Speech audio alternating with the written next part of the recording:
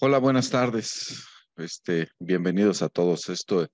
Este taller nació a raíz de la presentación anterior que tuvimos. Algunos compañeros, tenían la inquietud, pues, de ver cómo funciona el monitor. Entonces, le hemos pedido a Máximo, al ingeniero Julio Cervantes, que es el encargado, de que nos pudiera facilitar los monitores mediante un par de charlas, ejemplos de casos clínicos y su funcionamiento físico, o sea, el funcionamiento eh, del aparato, para así familiarizarnos pues el que desea utilizarlo. Entonces, la doctora Juliana ya acaba de llegar, ya vamos a poner aquí su ponencia. Pero el grupo de Máximo son los que nos van a solucionar todas las dudas que tengamos con respecto al monitor. Realmente es un monitor que puede ser utilizado en una terapia intensiva, en una terapia intermedia, en un transoperatorio. Tiene muchas aplicaciones para su uso. Entonces, creo que es interesante para nosotros que cada vez buscamos un monitor más completo. Y entonces, pues vamos a ver. ¿Sale? Entonces a iniciar no, vamos a iniciar la presentación con la doctora Juliana Olivero, que es anestesióloga y va a trabajar sobre casos clínicos, ¿verdad? Hola, buenas tardes. Creo que hubo un poquito de confusión de parte mía por cómo se iba a hacer la dinámica. Yo pensé que empezaba a 2:15, 2:30, se iba a hacer una presentación de lo que era la tecnología, lo que era Máximo, pero bueno. Ante todo agradecer, yo soy médico anestesiólogo y aparte tengo una sub en paliativos y cuidados clínicas del dolor. Y trabajo actualmente en el Hospital General de México como anestesiólogo en el servicio de ginecobstetricia. Algunos de ustedes tuvieron la oportunidad hace como un mes, no sé quién se pudo conectar, quién no, de tener, hubo un webinar online en que les explicaron mucho las bases. Yo voy a saltarme mucho de esto porque si no, no puedo terminar en 45 minutos y creo que ustedes tampoco, su cerebro va a aguantar tanta información. La idea de esto yo voy a traer es prácticamente casos clínicos usando la tecnología, la experiencia que tenemos nosotros en el Hospital General de México con la tecnología.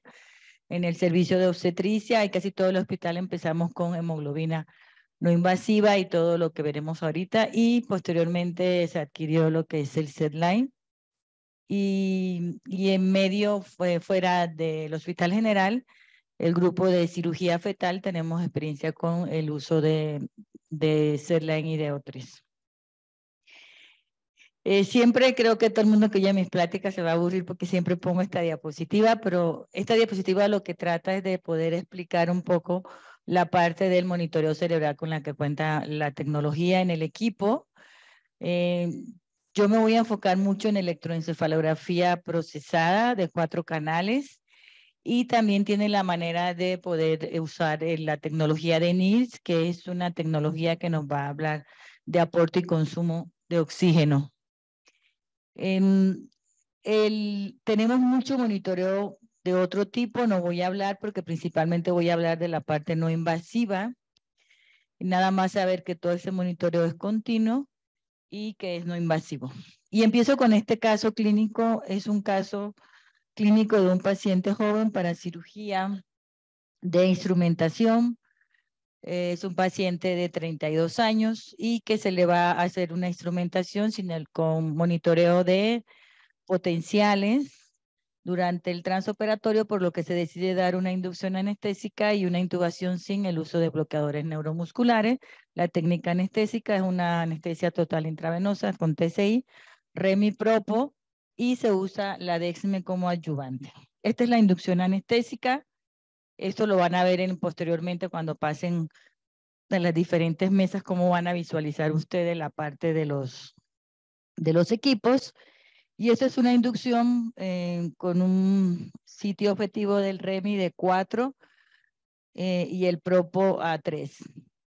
Se inicia la inducción anestésica, vemos aquí el espectrograma, vemos el paciente Aquí en este inicio tenemos mucha interferencia porque el paciente estaba completamente despierto. Una vez que se inicia la inducción con REMI y propo, aquí vemos la aparición de la línea del propo, pero una vez que se intenta hacer la intubación orotraqueal sin bloqueador neuromuscular, el paciente se resiste a la intubación orotraqueal.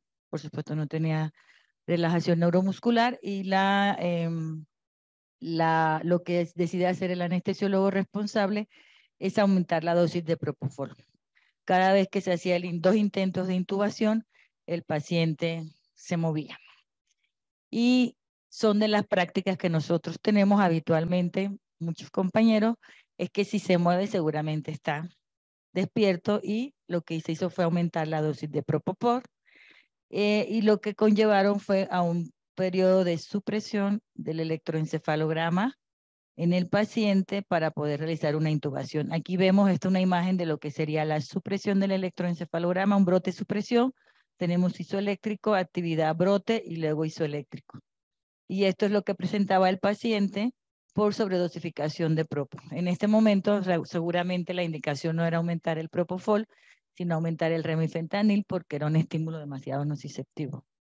Cae el paciente en supresión, vemos varias supresiones. Aquí tenemos el número, realmente el número da lo mismo que tenga 10, que tenga 13, lo que es muy notorio es el brote supresión. Posteriormente se logra la intubación, pues ya se mantiene el manejo anestésico, y al final de la cirugía, lo que sería el cambio de posición de la posición ventral a la posición dorsal, cambio en camilla, vemos esta actividad que está aquí, que es un despertar. Se disminuyen las concentraciones en sitio efector del REMI y del propo. El paciente recupera la conciencia estando boca abajo. Vemos cómo se activa todas las frecuencias de alta, bueno, las de alta frecuencia, los ritmos de alta frecuencia, y el paciente tiene un despertar durante ya finalizando la cirugía, y posteriormente vemos cómo otra vez se induce el estado anestésico para poder permitir lo que es el cambio del paciente. Es un paciente que, si vemos, los brotes de supresión duran un corto periodo de tiempo. Esto es muy importante que lo tengamos en cuenta. Duran prácticamente 10 o son varios periodos, pero no son continuos. Aquí tenemos quizás 1 o 2 minutos de brote de supresión en estos 3. Aquí es muy, muy leve, menos de 1 minuto, pero tenemos estos periodos de supresión en un paciente joven. ¿Por qué es importante lo de los brotes de supresión? Porque en este estudio que hace el doctor Fritz en el año 2016, uno de los estudios más grandes que se inicia a estudiar, a pesar que después han salido muchos estudios en los que siguen cuestionando, principalmente estudios americanos, en los que siguen cuestionando si realmente el brote de supresión o la supresión tiene algún impacto o algún predictor independiente para delirio postoperatorio. En este estudio que se hace con monitoreo cerebral, se demostró que el paciente no solamente es que presente supresión del electroencefalograma, sino que la duración del electroencefalograma impacta en la incidencia de delirio postoperatorio. Todos sabemos que el delirio postoperatorio es multifactorial, no todo es responsabilidad de nosotros, pero lo que sí se ha demostrado es que si yo tengo una supresión del electroencefalograma, el tiempo de duración de esa supresión sí va a impactar en la incidencia de delirio postoperatorio. Efectivamente, la literatura habla que el delirio postoperatorio es más común en los pacientes adultos mayores y en los pacientes pediátricos, teniendo diferencia que los pediátricos hacen más delirio de emersión y los pacientes adultos mayores desarrollan delirio y después disfunción cognitiva. Aquí vemos que la incidencia, cuando dura más de 5 minutos, el delirio puede ser de 5 a 15, de un 30%, 35%, y cuando dura más de 15 minutos es de un 40%. Y aquí se demostró, el número correlacionó que fuera menor de lo que es el target para anestesia general, pero realmente lo más importante es ver el electroencefalograma. Este es un caso de un paciente joven que afortunadamente en el postoperatorio no hizo ningún dato de delirio. Este es un caso del grupo de nosotros de cirugía fetal intrauterina con el doctor Reagan, en el cual es cirugía fetal intrauterina, una corrección de mielomeningocele, una paciente joven de 28 años con 24 semanas de gestación, donde nosotros hacemos monitoreo principalmente nada más cerebral, hacemos monitoreo de lo que es la profundidad anestésica. Este fue nuestro primer caso que nosotros tuvimos y el paciente también se le hace monitoreo de la oxigenación regional, ya que usamos fármacos que causan como ayudantes para causar tocolisis, que causan cambios hemodinámicos importantes, como el uso de nitroglicerina. Entonces hacemos la tocolisis principalmente en ese entonces con nitroglicerina y con, como dice la literatura, con halogenados, en los cuales la recomendación es que sea más de 1.5 cam. En la actualidad, yo nunca había usado 1.5 cam y ustedes ven este paciente, el monitoreo, hubo un poquito aquí de disminución de la saturación de regional cerebral, que es muy común en los pacientes obstétricas, después principalmente de bloqueo subaracnoide. En este caso usamos bloqueo peridural para analgesia postoperatoria. Es una inducción, pues prácticamente sin cambios en cuanto a la profundidad anestésica. Aquí vemos, este es el artefacto, hacemos la inducción con Propofol. Aquí vemos en la frecuencia de 10 Hz cómo aparece el ritmo alfa, característico de lo que es la inducción con Propofol, y luego cambiamos a lo que era sevoflurano. De preferencia usamos más desflurano, pero en ese lugar no había más que sevoflurano. Y vemos el cambio, estas no son ondas de supresión, son ondas lentas, estas dos que vemos aquí.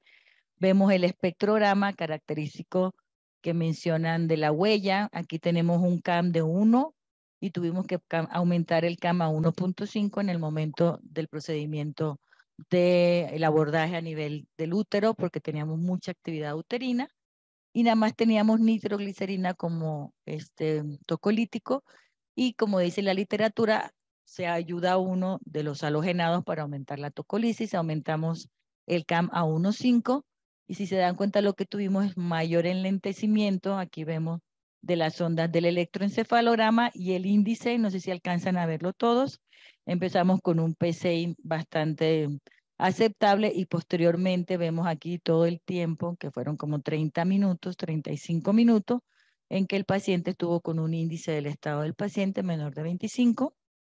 Ustedes lo ven, nunca llegó a menos de 20, pero sí tuvimos 23, pero eran puros ritmos lentos. Esta paciente, aquí vemos una vez ya en la inmersión, comienza a recuperarse, y esta paciente joven nos hizo delirio de emersión en el postoperatorio, inmediato, en la unidad de cuidados posanestésicos.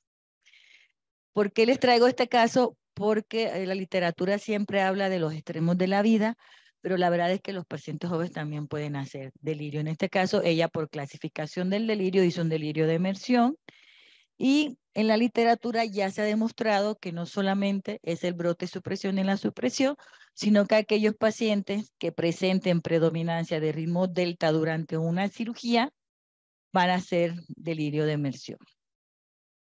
Que es muy parecido a lo que pueden hacer la predominancia de los pacientes que tienen una encefalopatía hepática o una encefalopatía asociada a sepsis. O sea, aquí está demostrado que también la predominancia de ritmos lentos durante un procedimiento anestésico no siempre tienen que llegar a la supresión, puede hacer que el paciente desarrolle principalmente delirio de emersión y algunos pueden evolucionar a delirio postoperatorio y si no se hace una intervención pueden desarrollar disfunción cognitiva. ¿Qué podemos hacer nosotros entonces para poder evitar estos? Estoy poniendo unos casos extremos, no siempre todas las anestesias son así. Hay anestesias que son perfectas, los pacientes leen la literatura, leen el libro y saben que le van a poner un monitor y se comportan perfectamente. Entonces, ¿qué es lo que se puede hacer o qué es lo que se está buscando con la utilización de la tecnología? Pues la utilización de la tecnología, en este caso la utilización de monitoreo de la profundidad anestésica, que bueno, sería el monitoreo del estado de conciencia, porque realmente la profundidad anestésica es mucho más que el estado de hipnosis, en los que se ha recomendado utilizar este tipo de monitores cuando se van a aplicar anestesia general o en los pacientes que están sedados en la unidad de cuidados intensivos. No voy a hablar de la unidad de cuidados intensivos porque me imagino que todos son anestesiólogos, pero ya hay mucha evidencia. Hay algunos que son de intensivos también. Ah, bueno, eso no traje muchas diapositivas de intensivos, pero una disculpa. Pero se ha demostrado que la utilidad de estos monitores de electroencefalografía Es muy bueno para titular nosotros los fármacos hipnóticos, intravenosos y los halogenados. Diferencias que por el caso del el Serline ha sido validado en pacientes con anestesia total intravenosa y en pacientes con halogenados, entonces no tenemos mayor problema con eso. Más allá de lo que sería disminución de costos, rápido despertar, menos tiempo en quirófano, menos tiempo en la recuperación, la verdad es que la mayor utilidad que se le ha encontrado es utilizarlo o saber que nos va a beneficiar a aquellos pacientes que tengan cerebros vulnerables, porque estos pacientes, y menciono, extremos de la vida, todas las guías hablan pacientes y tienen que decidir pacientes pediátricos o pacientes adultos mayores son los que más se benefician. Yo, después de este caso que tuve, estoy segura que todo el mundo debería estar monitoreado porque cualquier paciente joven puede hacer un delirio. Es menos común, es menos pasajero, menos consecuencias letales, pero también lo puede hacer. Y sobre todo porque se ha demostrado que la mayor utilidad de esta tecnología es disminuir los desórdenes neurocognitivos. Y si nos acordamos de la clasificación, antes se pensaba que se necesitaban 7 días para pasar de un delirio de inmersión y posoperatorio a un desorden neurocognitivo. Hoy ya se sabe que podemos pasar en 2 o 3 días a un problema neurocognitivo. Y a lo que todo el mundo, en muchos lugares se usa para evitar demandas médicos legales, es la prevención del despertar intraoperatorio, que la última revisión que hizo el doctor Avidan y que hace Cochrane sigue poniéndolo en tela de juicio si estos monitores realmente nos previenen el despertar intraoperatorio y probablemente la causa sea que el sitio que están midiendo sea completamente diferente, pero bueno, sigue siendo útil para disminuirlos en pacientes de riesgo. Entonces, ¿por qué utilizar monitores de electroencefalografía en pacientes que son sometidos a anestesia general o a sedación?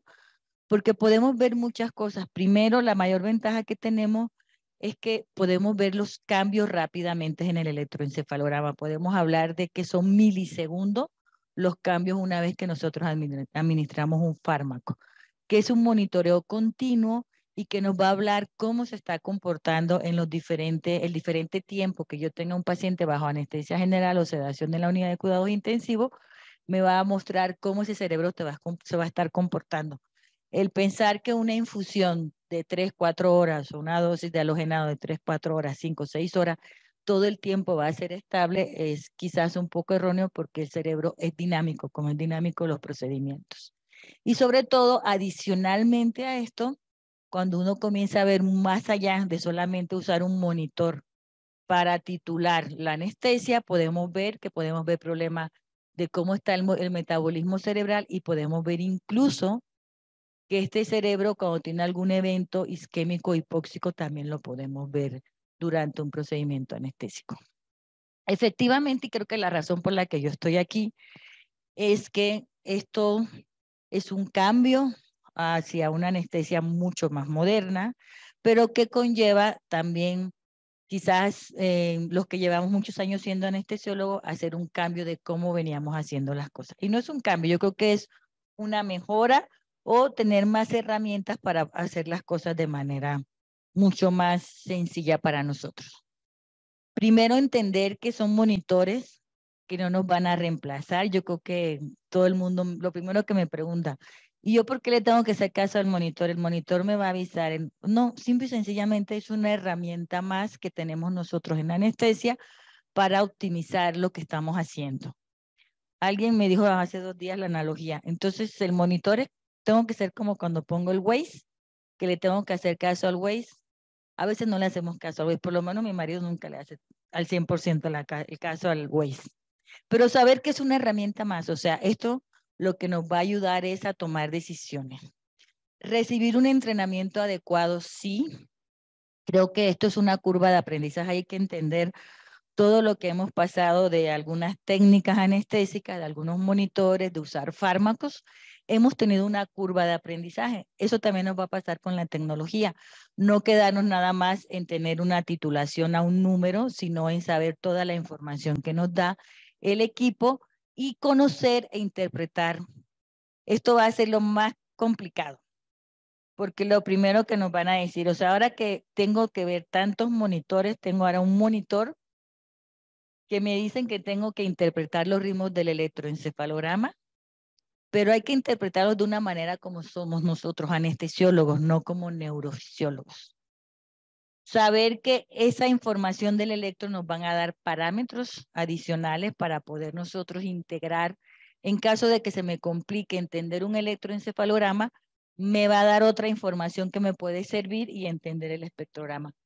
Si cuando uno revisa la literatura, que es mucho más confiable, no son los números ni los valores absolutos, sino el poder interpretar. Entonces esto efectivamente lleva a una curva de aprendizaje.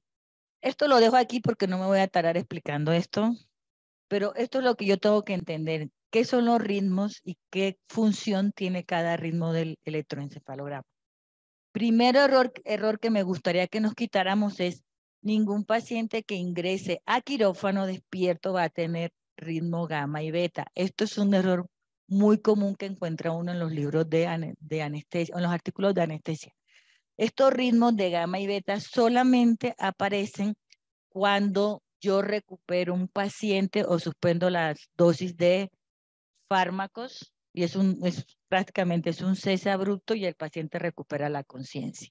Y el ritmo gamma está involucrado en el proceso de nocicepción, que son estos ritmos. Y que los ritmos que están involucrados en el estado anestésico principalmente, más allá de que fármacos en términos generales, son nuestros tres ritmos, el alfa, que es el que nosotros siempre buscamos, y yo les estaba en los dos casos anteriores diciendo, aparece el ritmo alfa, y que ese ritmo alfa está en todos. Nosotros somos ritmo alfa, despierto, somos ritmo alfa bajo anestesia, somos ritmo alfa si estamos cansados, somos ritmo alfa si nos aburre una plática, somos ritmo alfa si somos somnolientos. El ritmo alfa es el ritmo más estudiado, pero es el que está involucrado en la conciencia.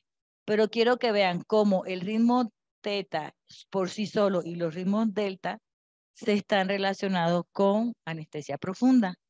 Y esto es lo que nos pasó a nosotros, al grupo de nosotros, cuando tuvimos la cirugía fetal. O sea, el creer que un paciente todo el tiempo en anestesia, yo lo tengo en delta, está bien, no. Yo tengo que tener principalmente este ritmo alfa y los demás que ya lo vieron. Viene la otra parte. ¿Puedo usar esta tecnología en pacientes pediátricos? Sí.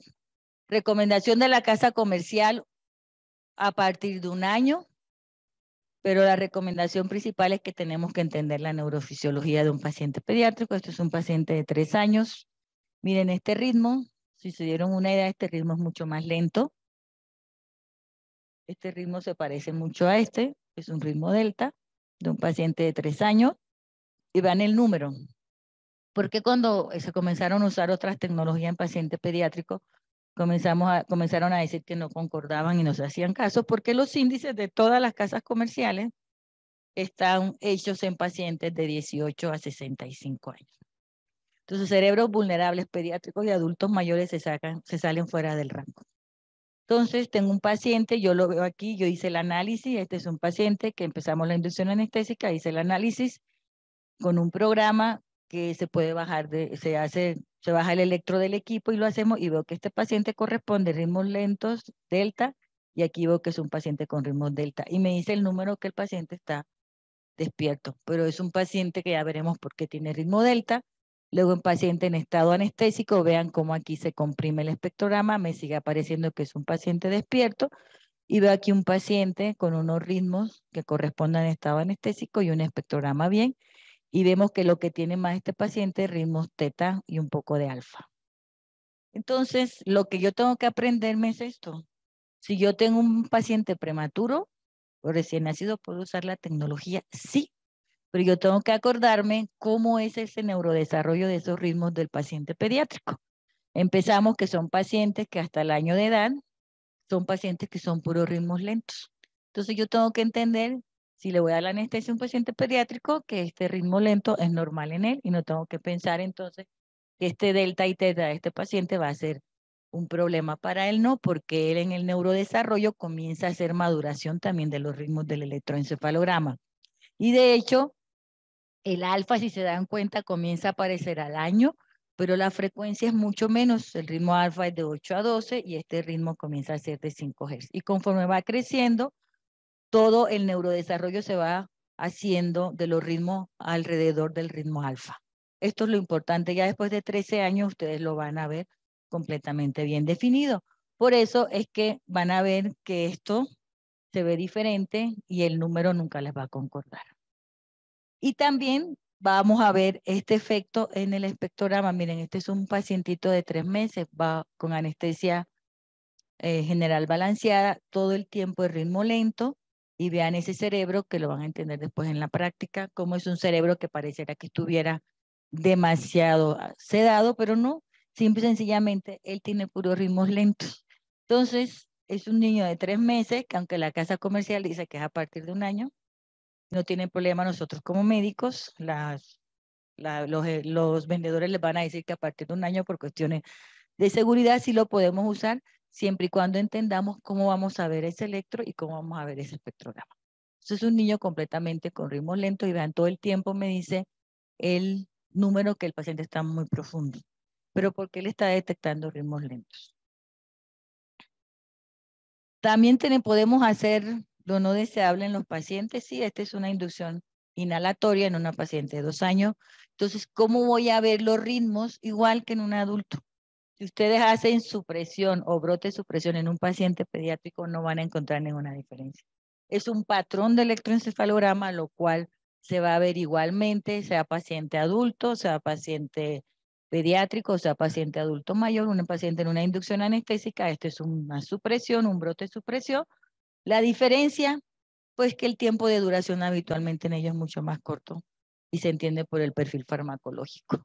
Y aquí vemos que dura muy poco y aquí vemos cómo posteriormente el bebé, la niña comienza a recuperarse. La duración, si se acuerdan del primer paciente que les mostré, es muy poco tiempo.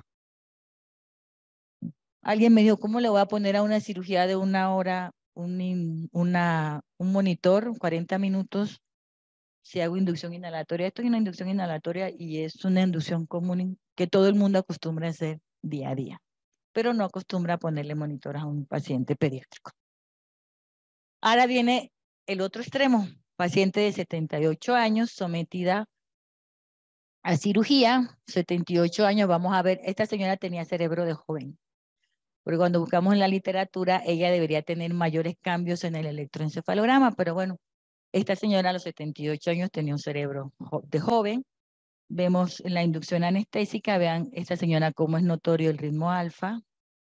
Fue inducción con propofol, aparece aquí el ritmo alfa. Y posteriormente se usa el desflorano a un CAN de 0.8 nada más para causar inconsciencia. Vemos los ritmos cómo concuerdan, el número. Y esta señora no hubo que hacer mayores cambios que lo van a ver en el taller, ni en cambiar la amplitud de la onda del electroencefalograma, ni cambiar el espectrograma, porque era una señora que tenía muy bien el ritmo alfa. ¿Y por qué hablo del ritmo alfa en los adultos mayores? Porque hay muchos estudios que demuestran que la ausencia de ritmo alfa, disminución del poder del ritmo alfa en los adultos mayores, lo que causa es mayor incidencia de delirio posoperatorio y disfunción cognitiva. Entonces, obligatorio cuando demos anestesias a pacientes adultos mayores buscar el ritmo alfa. Hay muchos estudios que lo demuestran. De recuperación de anestesia, aquí vemos cómo se recuperan con ritmos de alta frecuencia. Igual los niños, cuando se recuperan de la conciencia, también hacen principalmente activación de los ritmos de alta frecuencia, como es el ritmo beta. Este es el estudio que sale en el 2017, ante la duda de que era común en los espectrogramas que veíamos del doctor Emery Brown y el doctor Purdon. Siempre se decía que era como común no ver en los espectrogramas el ritmo alfa, y se decide hacer este estudio en pacientes hasta los 90 años. Y realmente, en términos generales, solamente un 5% de los pacientes, que es igual que un adulto no mayor, tienen ausencia del ritmo alfa. Todos tienen ritmo alfa. Aquí tenemos lo contrario que lo que sería un paciente pediátrico, el proceso de la edad, lo que hace disminución de la sustancia blanca, y entonces lo que hace el ritmo alfa es disminuir la frecuencia. Ya no tenemos frecuencia de 12, sino que a medida que va aumentando la edad del paciente, comenzamos a ver que las frecuencias ya comienzan a ser de 9, 8 Hz. Por eso es muy difícil verlo nosotros en el espectrograma o en el electro. Y las recomendaciones que hacen ellos aquí es que lo que encontraron es que todos los pacientes mayores de 85 años, de 80 a 85, sí tienen predominancia delta. ¿Qué quiere decir? Que pueden tener que ustedes un paciente, esta paciente no tenía nada de ritmo delta, pero hay pacientes de 70 años que pueden tener puro ritmo delta. Hay que buscar entonces un monitor que me ofrezca la oportunidad de no confundirme y que yo al pensar que tengo la misma amplitud en todos los monitores, que ahora lo van a ver que este tiene esa ventaja, si yo no sé determinar qué es un ritmo delta y una supresión, puedo pensar que ese paciente está en supresión. Entonces, estos pacientes son ritmos muy, muy lentos y tienen que ustedes buscar ese ritmo alfa, si no puede estar uno con la preocupación, bueno, de que ese paciente pueda hacer delirio. Casos clínicos, dos más que les voy a presentar. Caso clínico de un paciente que ingresa a cirugía oncológica. Ingresa el paciente con 9,7 hemoglobina. Aquí estoy haciendo monitoreo de SedLine y monitoreo hemoglobina, cirugía oncológica por Da Vinci, una hemicolectomía, 9,7. Se hace técnica combinada, bloqueo peridural para analgesia y se hace anestesia general balanceada. Y vemos cómo me cae la hemoglobina 6,2, 6,1. Comienzo a ver una disminución de la hemoglobina y comienzo a ver aquí cómo me comienzan a aparecer estas supresiones, muy poco tiempo, pero comienza a aparecerme la supresión y aquí se me colapsa todo el espectrograma, o sea, me dice nada más tengo ritmo lento y lo que yo veo en el electro es puro ritmo lento, ritmo delta. Aquí vemos las supresiones del electroencefalograma y cuando se hace el análisis de la frecuencia es un paciente con ritmos lentos. Aquí hay dos cosas, tengo que hacer ajuste de mi dosis, sí, porque son dependientes de gasto cardíaco, pero lo que estamos observando nosotros es un compromiso de aporte de oxígeno por anemia.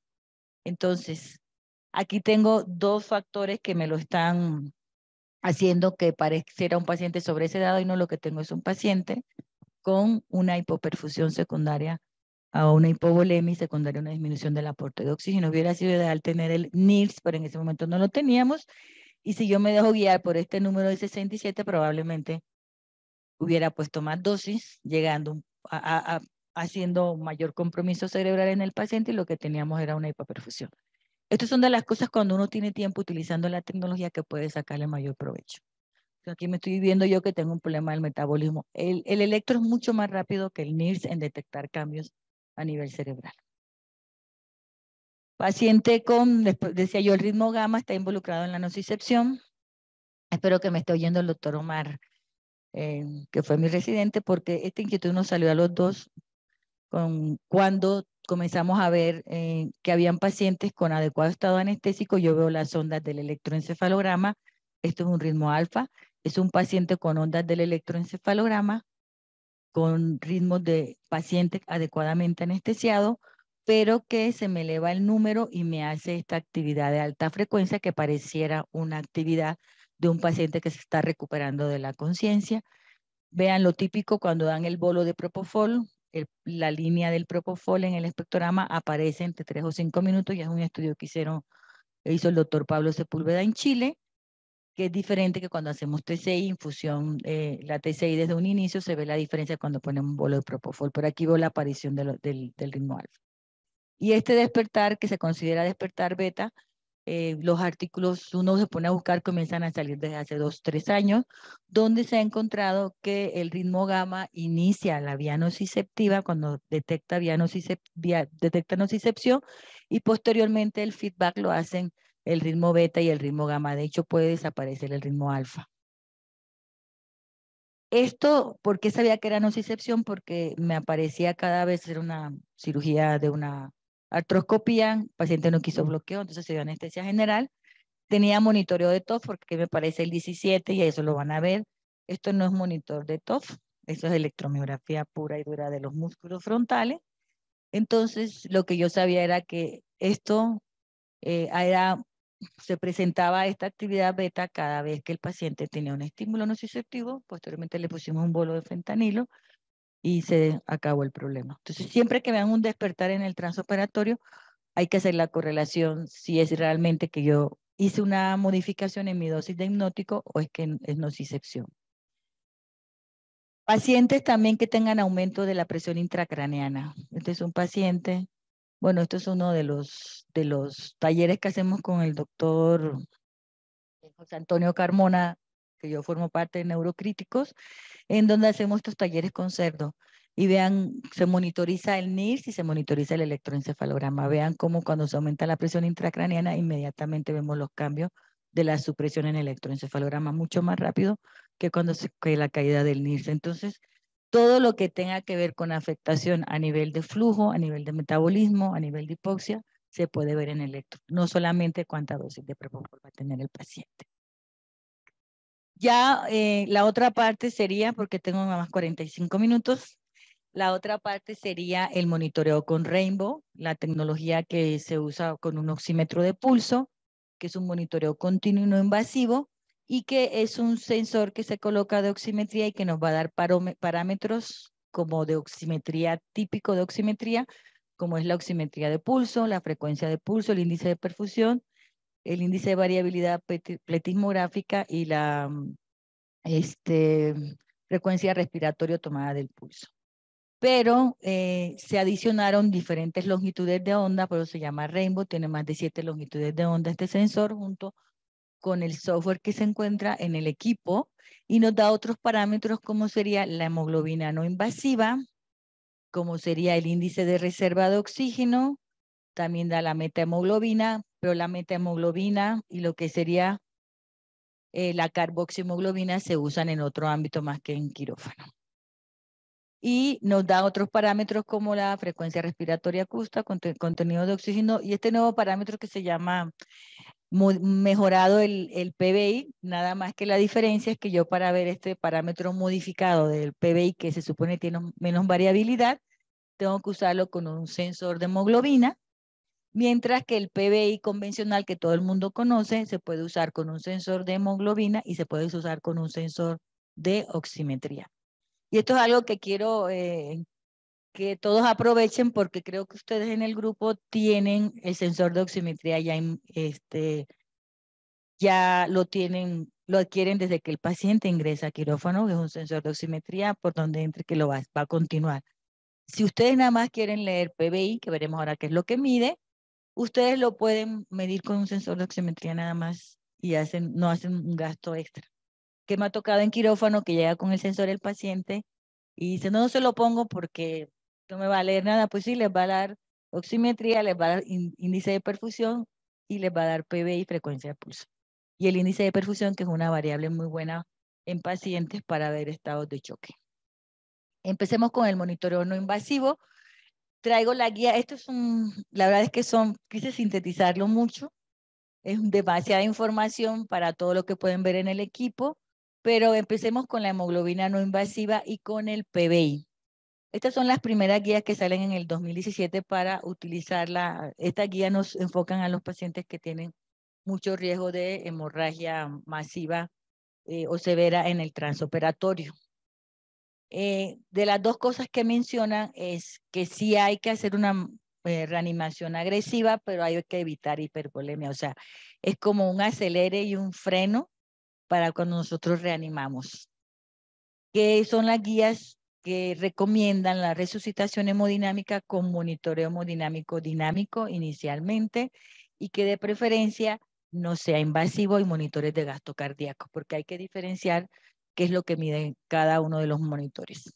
Recomiendan qué niveles de hemoglobina mantener, son recomendaciones de estas guías durante sangrado activo y en el postoperatorio recomiendan hemoglobinas de 8 gramos en pacientes que no tengan comorbilidades o están estables hemodinámicamente. Pero son las primeras guías que dicen que la utilización del monitoreo continuo de la hemoglobina debe ser utilizado como monitor de tendencia.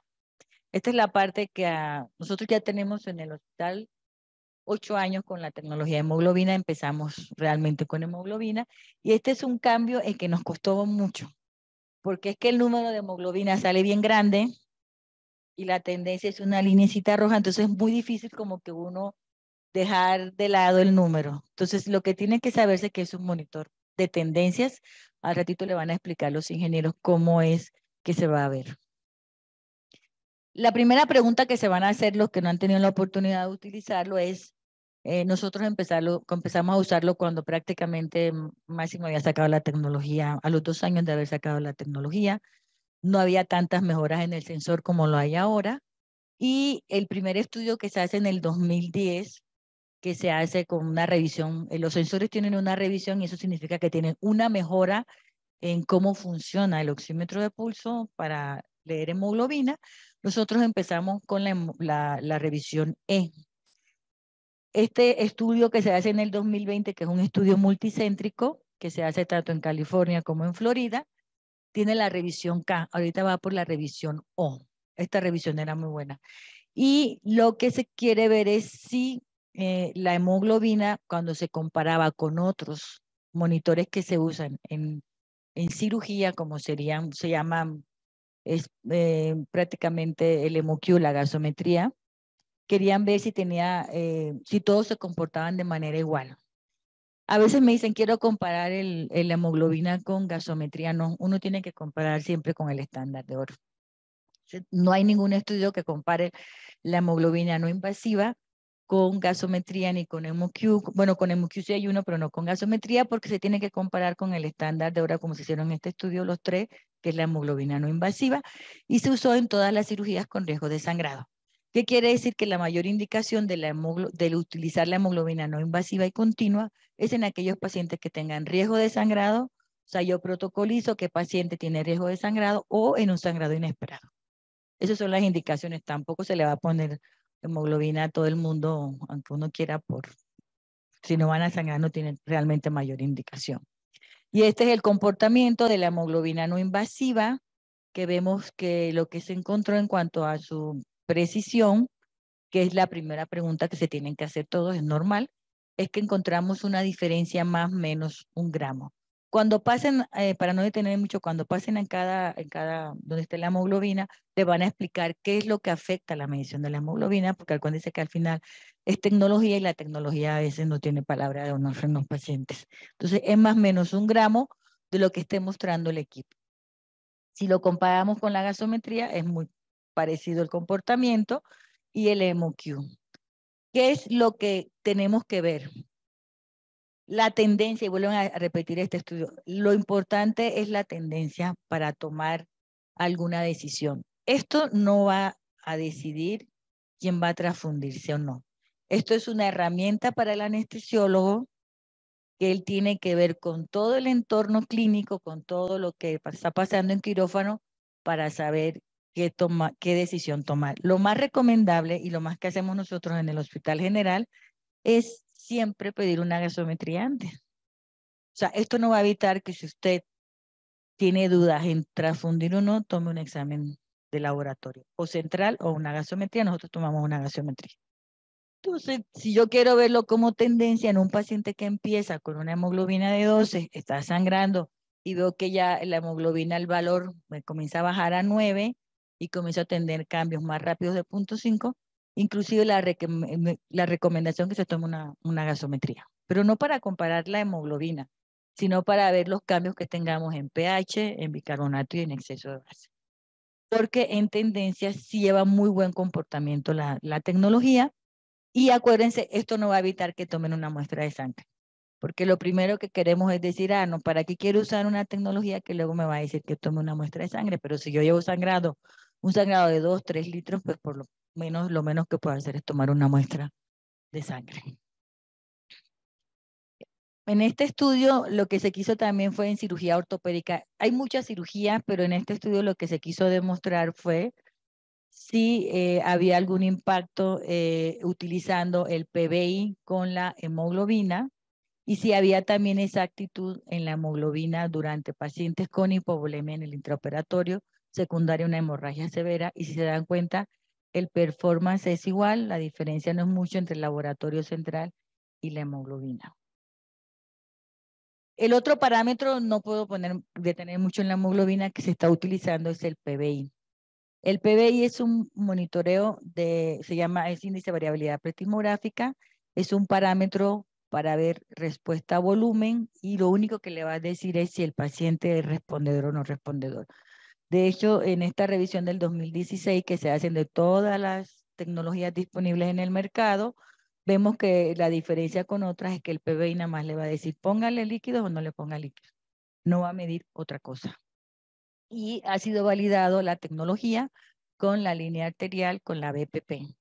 Prácticamente es el mismo principio. La diferencia tiene las mismas limitaciones que la BPP, que la línea arterial.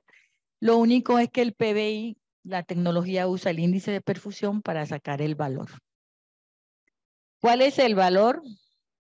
El valor de corte normalmente del PBI pueden utilizarlo en quirófano, principalmente en terapia intensiva, y el valor de corte con el que fue validada la tecnología es, ustedes van a encontrar en la literatura, mayor del 14% son respondedores, menores del 9% no respondedores. Cuando se hizo la validación de la tecnología, primer requisito, como todas las tecnologías, que tuvieran sido los pacientes ventilados a 8 mililitros por kilo, que no tuvieran tórax abierto, que no tuvieran arritmia sinusal, ni falla ventricular derecha, y algunos artículos mencionan que de preferencia tengan un índice de perfusión arriba de 1 para que sea confiable.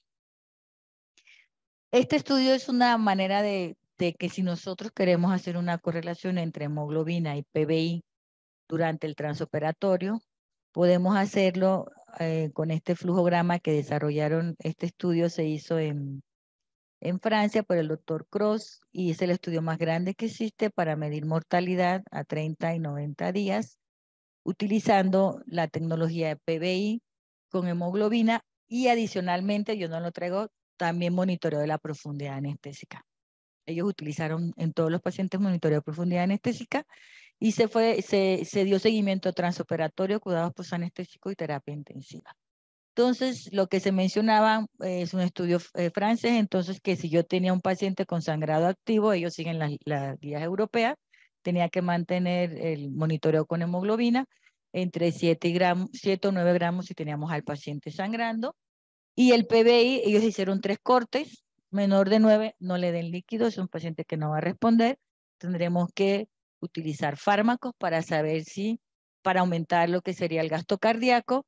Si está de 9, el volumen sistólico, que es un 15%, si tiene de 9 a 15, pueden hacer 2 cosas, hacer reto de volumen, o sea, es una zona gris que tienen todas las tecnologías. Entonces, esa zona gris de 9 a 14, 9 a 15, que uno no sabe si sí o si no, o de 10 a 15, ¿qué podemos hacer nosotros? Podemos entonces dar un reto de volumen, dar 100 mililitros de carga, y si el paciente disminuye el PBI, quiere decir que es un paciente respondedor. La verdad es que cuando usamos líquido con estos monitores, normalmente damos 250 mililitros, y si el paciente no disminuía el PBI, era no respondedor, o sea, no había que darle líquidos. Y si es mayor de 15 y ustedes consideran que quieren aumentar el volumen sistólico, entonces podían dar la carga de fluidos. Esa fue la reducción de mortalidad, 30 días 33, a 90 días del 29%. Hubo una disminución en la cantidad de fluidoterapia en los pacientes y hubo una disminución en la utilización de paquetes globulares. Este es un caso de nosotros del Hospital General con la doctora Paulina González, mi compañera. Es una histerectomía total abdominal, una paciente que ya entra con 9,5 hemoglobina. Aquí monitoreamos hemoglobina no invasiva, tenemos el PBI y aquí tenemos el ORI. Y se le dio técnica combinada, bloqueo peridural para analgesia postoperatoria y transoperatorio, analgesia dosis bajísima de bupivacaína al 0.125 y mantenimiento con desflorano. Paciente de 9,5, y no sé si alcancen a ver aquí, es un paciente que tenía un PBI de 13. Hay otros estudios que mencionan que si yo tengo ventilando al paciente a 6 mililitros por kilo, se baja el punto de corte. Y el punto de corte para pacientes con 6 mililitros por kilo, para PBI, son mayores de 10, es respondedor, menor de 9, no respondedor. Y hay otro estudio de la línea arterial que se aplica al PBI, en el cual si yo tengo dudas con ese volumen corriente tan bajo y un PBI en el límite, es que nosotros ventilemos 5 minutos a 8 mililitros por kilo y veamos si realmente es respondedor o no respondedor. Y aquí lo que quisieron, pongo este caso porque no es del artículo, pero lo que se estaban preguntando es que si nosotros podemos monitorear la hemodilución con el sensor de hemoglobina, o el estudio del doctor Perel, que dice que muchas veces las transfusiones sanguíneas son secundarias a una hemodilución que causamos nosotros en la reanimación, pero quiero mostrarles que este paciente con 13 le pusimos 150 mililitros nada más de Harman y miren cómo la hemoglobina de 9.5 se me bajó a 9.1. O sea, el paciente no estaba sangrando, aquí todavía no iniciaba la cirugía y solamente con 150 mililitros hicimos de alguna manera un cambio en la hemoglobina y eso es algo que ustedes también tienen. Van a estar viendo que se va a modificar la hemoglobina por número de fluidos administrados, por cambios de posición, por si esa arteria es buena cuando están haciendo la medición, etcétera.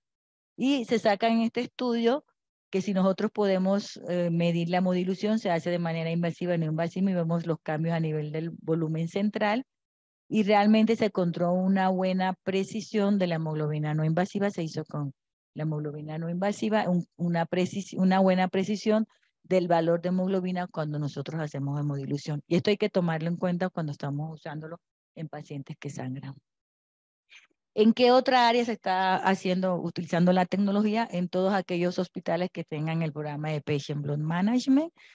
Es una tecnología que sirve durante el pre, con un spot check, durante el transoperatorio para disminuir la unidad extrafundida y durante el posoperatorio. Esto es un estudio que se hace en Italia, en cuidados intermedios, donde se trata de implementar, aparte del programa del Patient Blood Management, la utilización de la tecnología, a ver si tenía algún impacto en pacientes con cáncer.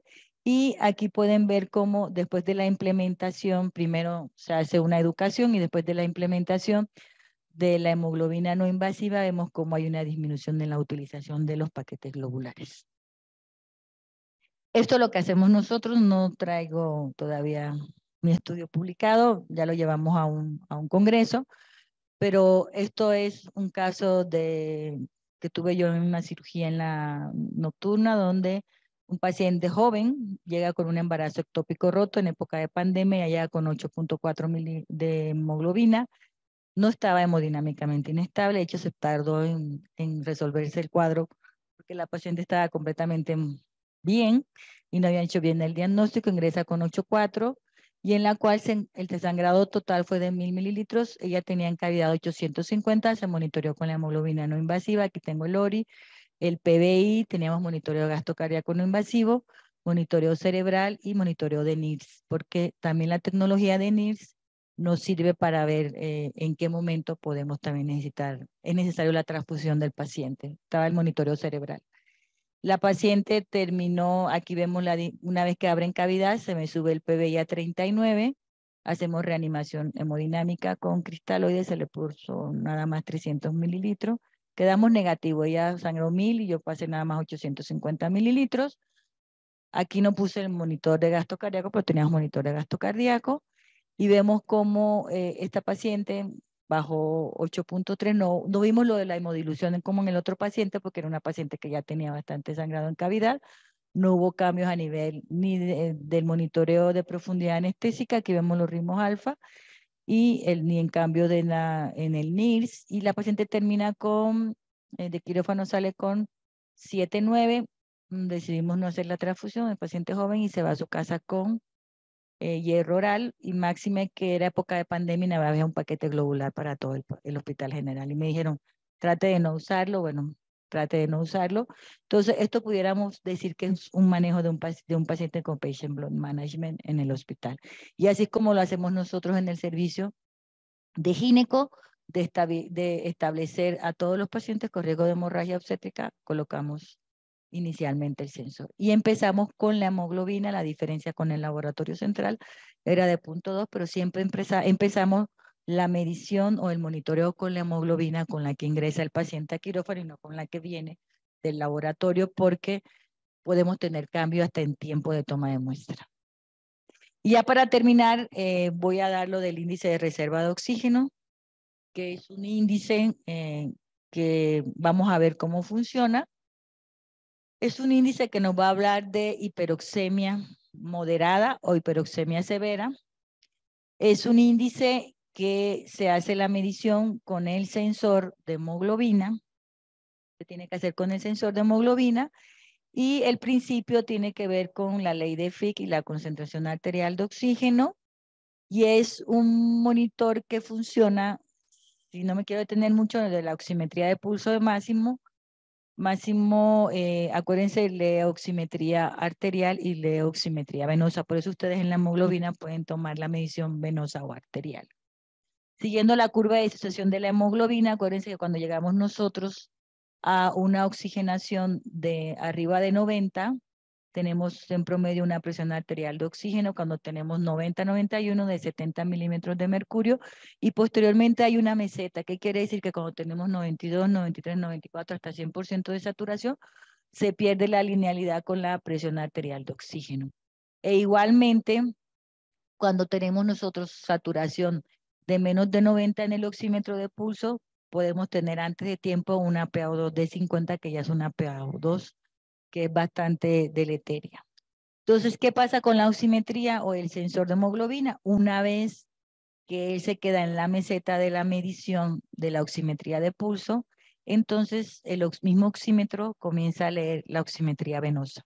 Y vemos aquí cómo comienza a subir la oximetría venosa, y con la oximetría venosa, que es lo que hace el sensor, comienza a leer cuánto es la presión arterial de oxígeno. Este índice, que es un índice adimensional, que va de 0.0 hasta 1, lee solamente en hiperoxemia moderada, cuando tenemos PaO2 entre 100, 150 o 200 milímetros de mercurio.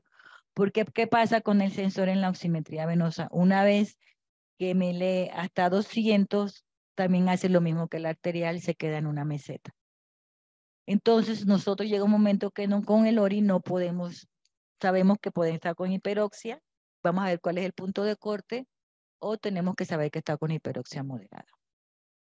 El punto de corte que se hizo, el punto de corte para este estudio del ORI, inicialmente cuando Máximo sacó la tecnología, hizo el primer estudio, decía que el punto de corte era 0.31 para decir que teníamos al paciente con una PaO2 de entre 100 y 200 milímetros de mercurio.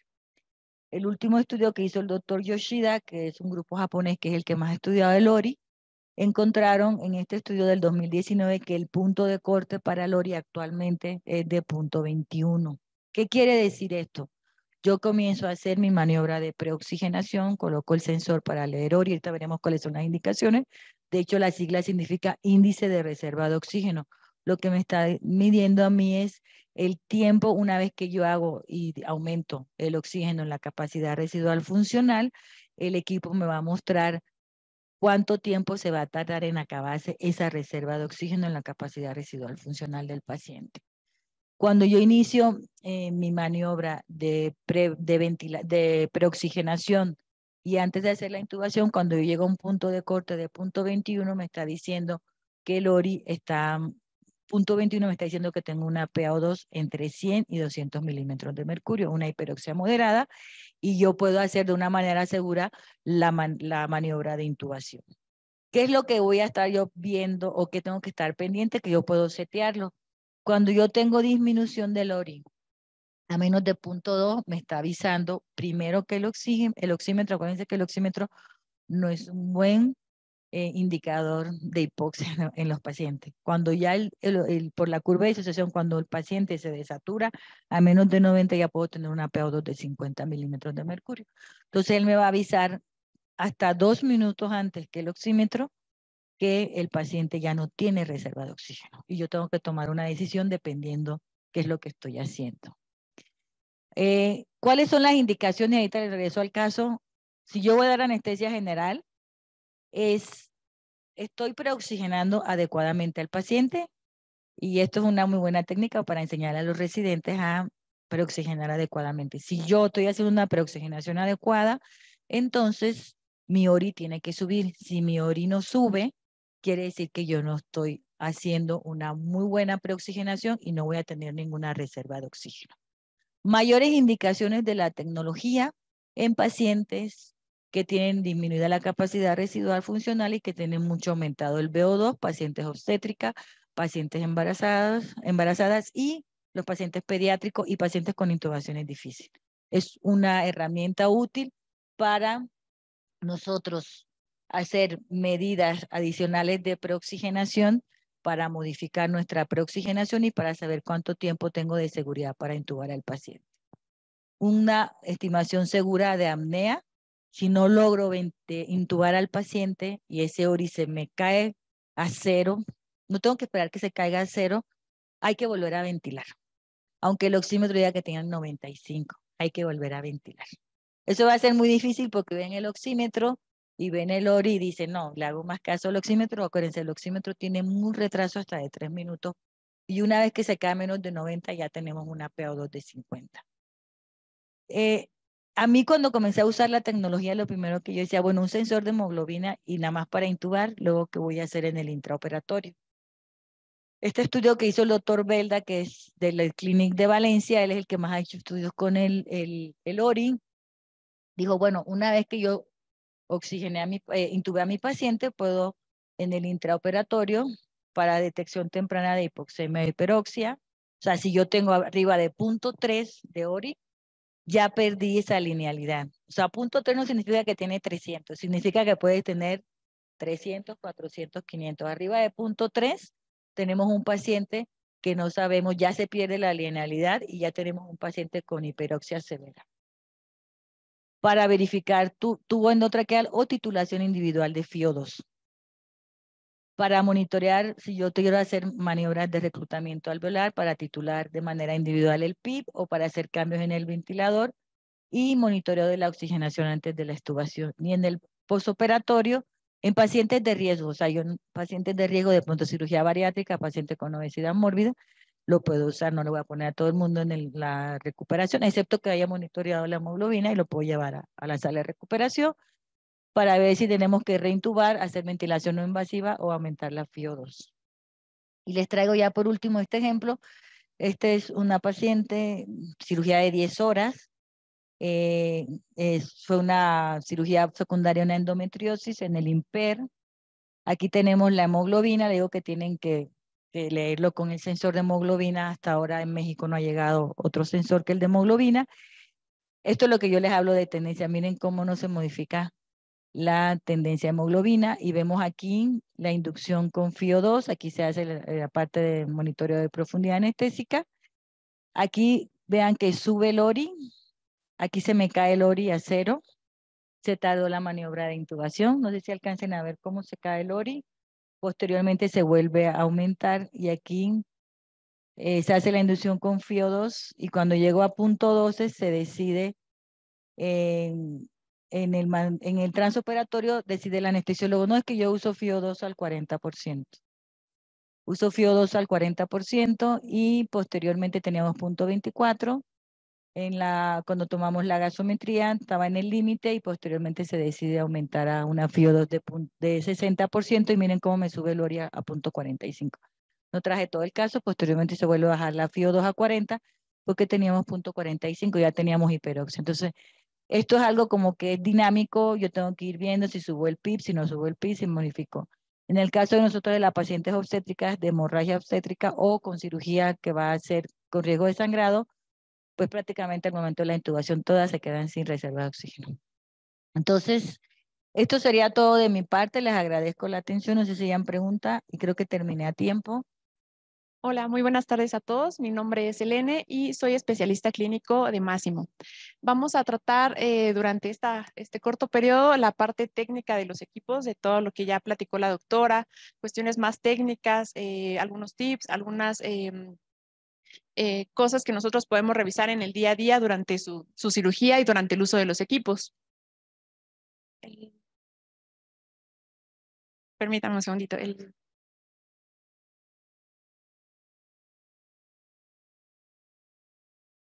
Listo. Bueno, durante la plática de la doctora se abordaron únicamente 2 tecnologías, que fue Rainbow y la parte de SedLine.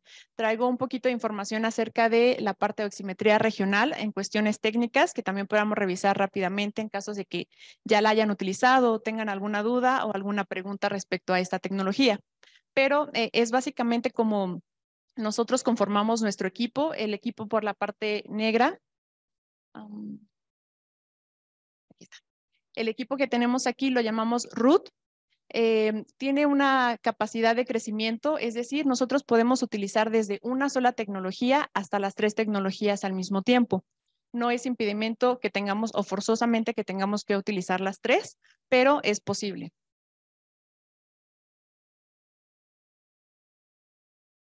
Para la parte de Rainbow, nosotros vamos a revisar primeramente qué es lo que necesitamos.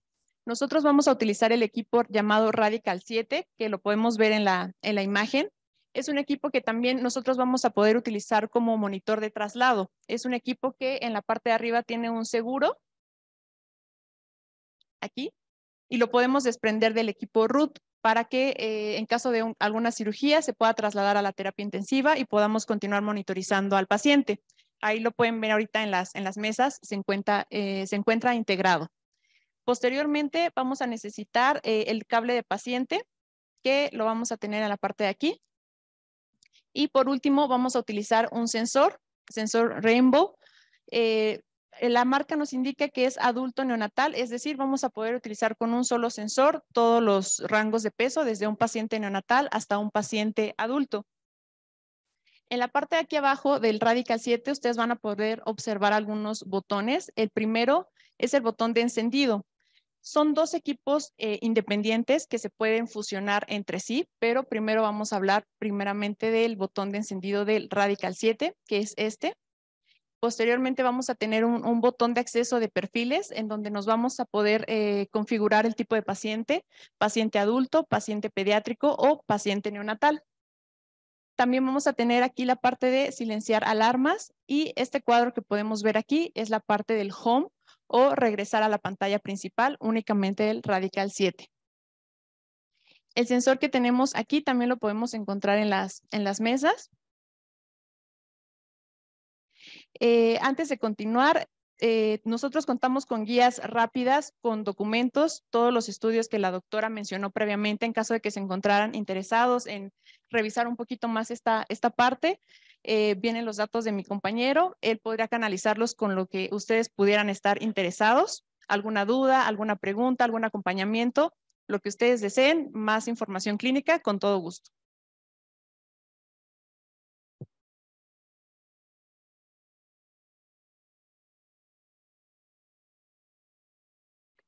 Y también informarles que ya se encuentra en línea en la parte de YouTube, en la Sociedad Médica, la sesión que tuvimos previamente por parte de Máximo.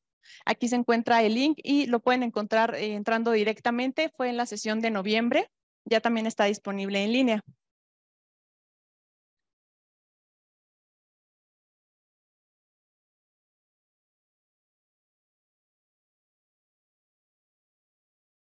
Listo.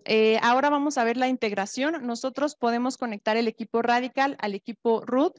De forma automática se van a combinar para poder mostrar los parámetros de una forma del lado derecho en la parte del equipo del root. ¿Qué es lo que vamos a necesitar? Pues únicamente nuestro monitor y va a contar con un botón independiente de encendido que se encuentra en la parte lateral. De igual forma lo pueden ver ahorita en las mesas. Va a encender de color verde cuando nosotros lo oprimamos.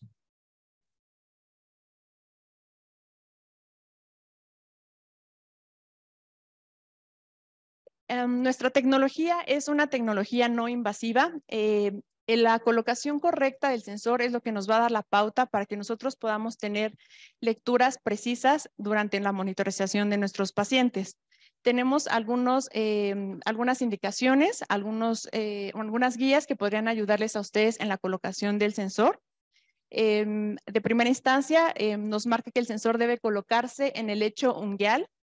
Y cuál es la clave o cuál es la pauta. Durante la colocación del sensor, ustedes van a visualizar un recuadro color blanco y un recuadro color negro. Es la pulsioximetría, es como un pulsioxímetro. Tenemos un emisor y un receptor. La pauta es que deben encontrarse alineados totalmente el emisor y el receptor. ¿Por qué debemos hacer esto o cuál es el porqué de eso? En esta imagen podemos observar nuestra tecnología tiene, como lo mencionó bien la doctora, más de 7 longitudes de onda. Entonces, para poder realizar esa medición, necesitamos que se encuentre correctamente alineado el emisor y el receptor y colocarlo en la parte unguial de la mano, en la parte periférica del paciente. Tenemos algunas indicaciones para la parte de hemoglobina en los sensores. Se debe de colocar en la mano en donde no coloquemos el brazalete para la medición del PANI, porque nos podría causar interferencias. Y también si nosotros tenemos algún otro sensor conectado, alguna otra tecnología, por ejemplo, de la máquina de anestesia, lo que recomendamos es no conectarlos continuamente, es decir, dejar como un dedo de espacio. Sí, también hay interferencia con el TOC.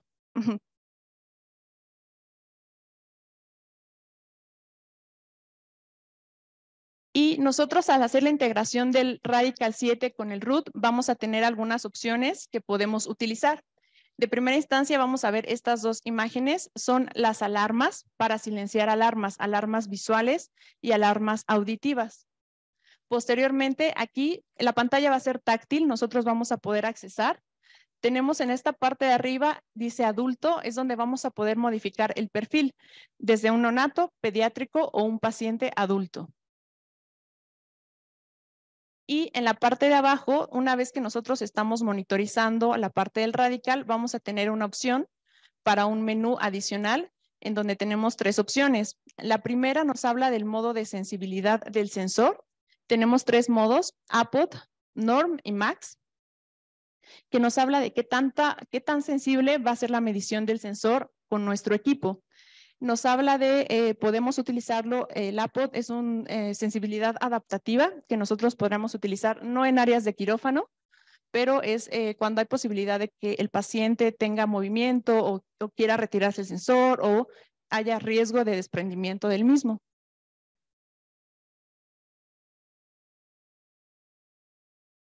Ok, posteriormente vamos a tener 2 opciones de visualización para la tecnología Rainbow de forma de tendencia y de forma análoga.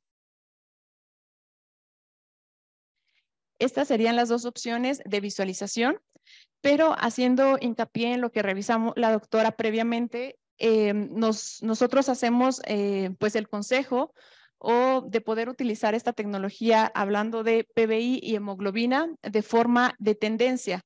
¿Para qué? Para que precisamente podamos ver a lo largo del tiempo, es decir, durante nuestra cirugía, cuáles son esos cambios o esas modificaciones. Si lo vemos de esta forma, pues sería como instantáneo o momentáneo cada que nosotros volteemos a ver hacia el monitor.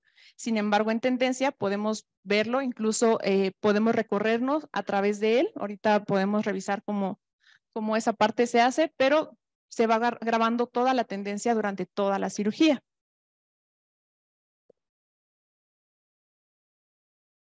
Listo, ahora hablemos de algunas consideraciones para la medición de la hemoglobina con nuestro sensor. Lo que les comentaba, la recomendación es utilizarla en forma de tendencia. Aquí hay una pequeña imagen de cuál es esa diferencia. Estas serían las muestras, las extracciones y la tendencia es que nosotros podemos ver entre estas extracciones cuál es la medición o el comportamiento que está teniendo la señal. También vamos a tener en la parte de ajustes, ahorita lo revisamos en el monitor, vamos a poder tener un modo arterial y modo venoso. En la medición del sensor va a poder medir ya sea arterial o ya sea venoso. También vamos a tener un tiempo de promediación, vamos a tener corto, medio o largo, que es cada cuando el equipo va a realizar la promediación de las mediciones de hemoglobina. Previamente, igual como lo indicaba la doctora, han sido varias modificaciones y revisiones de la tecnología del sensor, es decir, ha mejorado día con día. En versiones anteriores de software, a lo mejor ahorita en el hospital también van a encontrarla, vamos a tener una opción que se llama ajuste en vivo. Se puede activar también y nos va a dar una pauta para que nosotros podamos modificar. Cuando hacíamos una extracción y se llevaba comparación y regresaba el resultado, podríamos hacer un ajuste y aparecería en el monitor como un más menos 2, más menos 0.1 o 0.2 y eso podría visualizarse. En las versiones más actuales del software, el sensor se ha mejorado, las revisiones se han mejorado y esta opción ya no se encuentra disponible. Entonces puede que la lleguen a ver en el monitor, en los más nuevos o versiones actualizadas ya no será posible. Y por última instancia, la parte de lecturas imprecisas de la hemoglobina. Como lo mencionaba la doctora, tenemos algunas limitaciones en la medición de esta tecnología. Algunas de ellas son las uñas de acrílico, colores oscuros. Tintes intravasculares como el azul de metileno también nos podrían generar problemas. Y una perfusión baja, hablaba la doctora acerca de un valor menor a 1 en el índice de perfusión. Nos habla de que podríamos tener alguna lectura imprecisa en estos casos.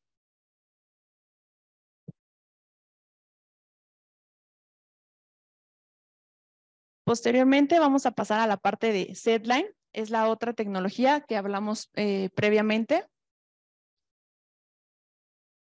¿Qué es lo que nosotros vamos a necesitar para esta tecnología? De primera instancia vamos a utilizar nuestro equipo root.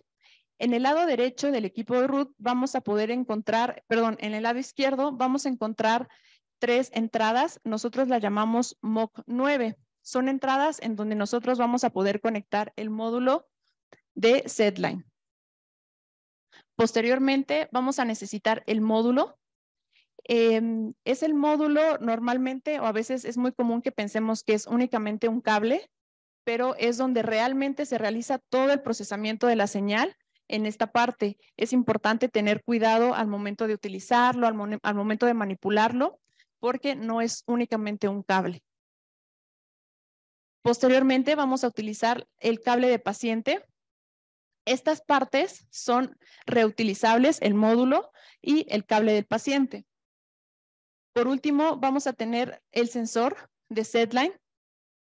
Nosotros contamos con dos sensores, de hecho contamos sensor adulto y sensor pediátrico, por el momento únicamente en el hospital. Son compatibles, pero tengo entendido que se manejan 2 cables diferentes durante todo el hospital, ya sea en terapia intensiva, hospitalización Sí. o… La pregunta es esta, o sea, si tú utilizas ese cable transoperatorio para no tener que utilizar otra medición de otro sensor para oximetría, ¿se puede seguir utilizando ese? Es correcto, doctor. El proyecto es algo que se llama el sensor viajero. La idea es que con el mismo sensor que el paciente están monitoreando en quirófano, se vaya a recuperación, incluso hasta hospitalización.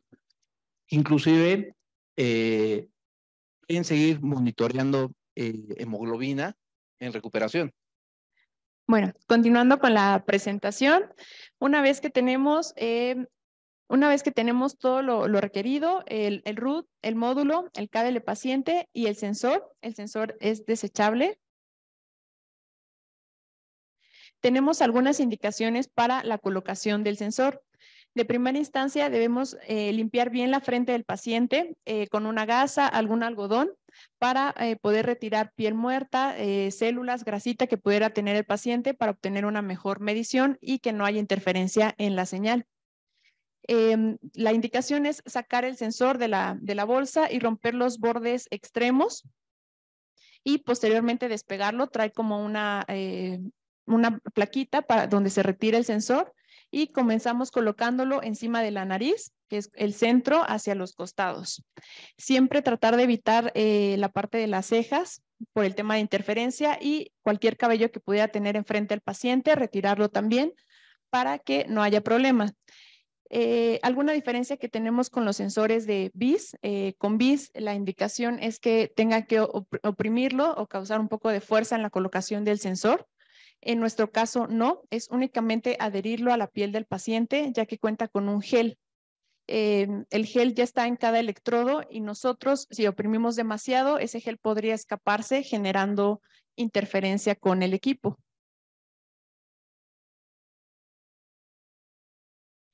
Nosotros, una vez que conectamos el sensor, la indicación es siempre encender nuestro equipo root, conectar nuestro módulo, conectar el cable del paciente y posteriormente conectar el cable del paciente hacia el sensor.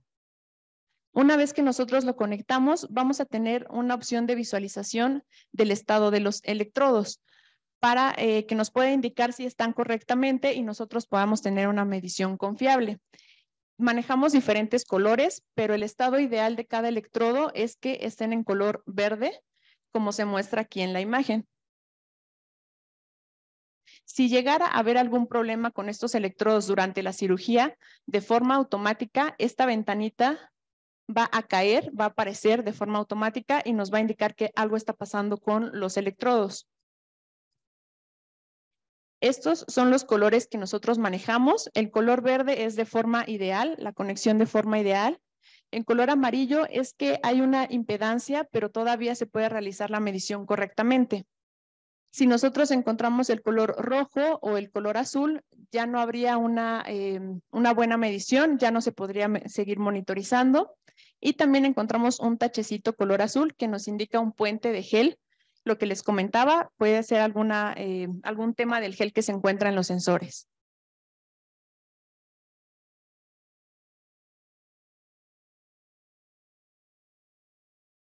Aquí está otra imagen, es como una tablita de resumen, pero lo importante es que en color verde y en color amarillo, sin problema, podemos continuar trabajando con el equipo y con el sensor.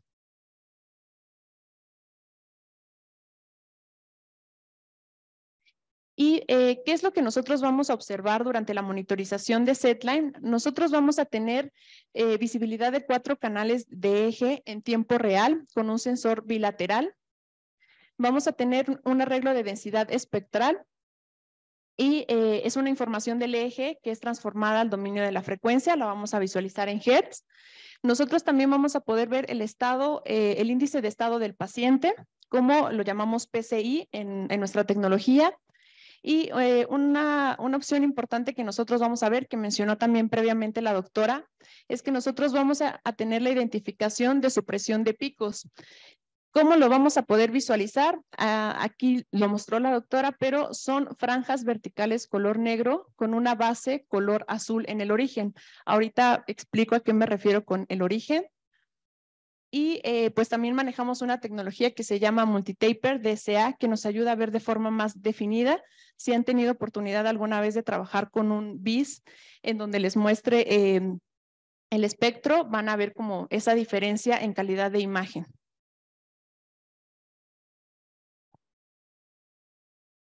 Y esta sería nuestra imagen cuando nosotros estamos ya monitorizando a nuestro paciente con la tecnología de SetLine. Primeramente, vamos a ver el eje. Como les mencionaba, va a ser bilateral. Nosotros vamos a poder ver 2 canales para el lado izquierdo y 2 canales para el lado derecho. En la parte izquierda vamos a tener las etiquetas L1, R1, L2, R2, que nos van a indicar left, right, cuál es el lado o el hemisferio que se está monitorizando. También vamos a tener la parte en medio para la parte del índice del estado de paciente, como se muestra de esta forma. Esta es una forma de visualizarlo en forma de tendencia. Para nosotros, el rango que nosotros manejamos es de 25 a 50 y lo vamos a poder encontrar en esta franja color verde. Este sería el rango como de 25 a 50. También se va a poder ir hacia abajo cuando nosotros lo visualizamos en forma de tendencia o hacia arriba cuando hablamos de una sobresedación o de un posible despertar. También tendríamos otros valores, otra forma de visualizarlo que no sea en tendencia, al igual que la tecnología Rainbow, de forma analógica, como se puede observar aquí. Y por último, tendríamos la parte del espectrograma. La parte del espectrograma, vamos a comenzar por la parte del lado derecho. Aquí vamos a tener una franja vertical con diferentes tonos de colores. Máximo se guía por colores cálidos, colores fríos. Por colores cálidos, nosotros vamos a tener rojo, naranja, amarillo. Y nos vamos a ir hacia los colores fríos, que son azul, un poquito más turquesa, orientado a verde. Nosotros vamos a tener 2 imágenes. Este va a ser nuestro origen y a partir del origen nos vamos a ir hacia los extremos. ¿Qué es lo que nos va a indicar cada lado? Del lado izquierdo vamos a poder visualizar una L que nos indica el lado izquierdo o el hemisferio izquierdo y aquí una R que nos indica la parte del hemisferio derecho. Entonces, ¿cómo es que se lee esta parte? Vamos a tener nuestro origen y lo vamos a ver hacia arriba. En la parte izquierda, aquí en esta parte, vamos a tener diferentes frecuencias. Tenemos una tabla con diferentes frecuencias de 0 a 30 Hz que nos habla de las ondas que vamos a estar monitorizando justamente en la parte del EEG. ¿Cómo es que va a comenzar la monitorización? Siempre vamos a iniciar de este lado, del lado derecho, y va a arrancar hacia el lado izquierdo. En nuestra pantalla nosotros vamos a poder visualizar 20 minutos, pero al ser un monitor táctil únicamente podemos arrastrar hacia la parte derecha, hacia acá, para poder ver a través del tiempo al inicio de la cirugía. Toda la cirugía se va a estar guardando sin ningún problema. El color que nos indica de los colores cálidos y los colores fríos nos habla acerca de la intensidad de las ondas, en donde hay más fuerza de intensidad en cada onda. El color rojo nos indicaría que hay más presencia de esas ondas durante la monitorización de mi paciente. En esta imagen que encuentro aquí, no se alcanza a ver estos números, pero tenemos por aquí un 0, un 15 en medio y un 30. Si el rojo se aparece en esta parte, nos indica que la mayor fuerza se encuentra aproximadamente de 0 a 5 Hz, que nos está hablando de la mayor fuerza de las ondas delta. Otra opción que nosotros tenemos para visualizar, ya sea el EEG, como lo mencionaba la doctora, en los extremos de la vida podemos tener menor fuerza o mayor intensidad en las ondas. Nosotros tenemos una opción, ahorita la vamos a visualizar. Esta es otra imagen más descriptiva y más como un zoom del espectrograma, lo que les comentaba. Vamos a tener aquí la indicación de los colores y de este lado la indicación de las frecuencias. En esta parte es donde aparecería en la base azul para la parte de las supresiones en franja color negra. Vamos a tener 3 tipos de líneas durante la monitorización. Esta blanca que se ve aquí va a ser debido a interferencia de algún otro equipo médico o ruido de la señal. La parte, cuando veamos una franja color negro con base azul en su origen, que es en esta parte, nos va a hablar acerca de los brotes de supresión, que es lo que vamos a tratar de evitar durante nuestra cirugía. Y por último, vamos a tener una franja vertical color negro totalmente, que nos habla de una desconexión del equipo. Son 3 formas diferentes que da el equipo de visualización de las señales. También vamos a tener otra parte, en esta parte aquí, nos habla acerca del gráfico de asimetría. Nosotros vamos a poder visualizar acerca de la asimetría entre el hemisferio izquierdo y el hemisferio derecho. Si se dan cuenta, aquí hay una R y un valor. Únicamente va a aparecer una L o una R, que es donde nos indica dónde hay mayor fuerza, en qué hemisferio hay mayor fuerza de la señal. En este caso sería en el lado derecho, ya que está aquí la R.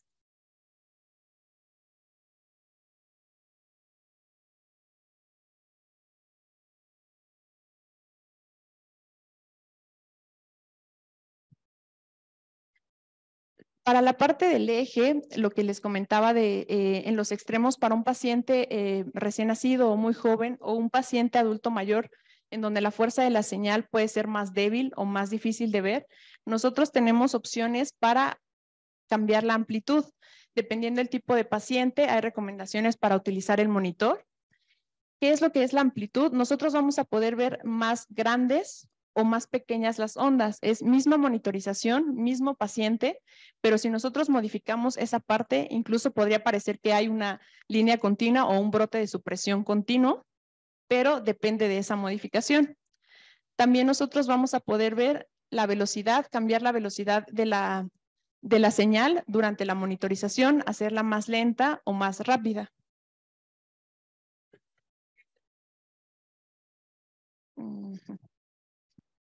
Esta es otra imagen, es como un resumen de lo que explicó la doctora acerca de las señales.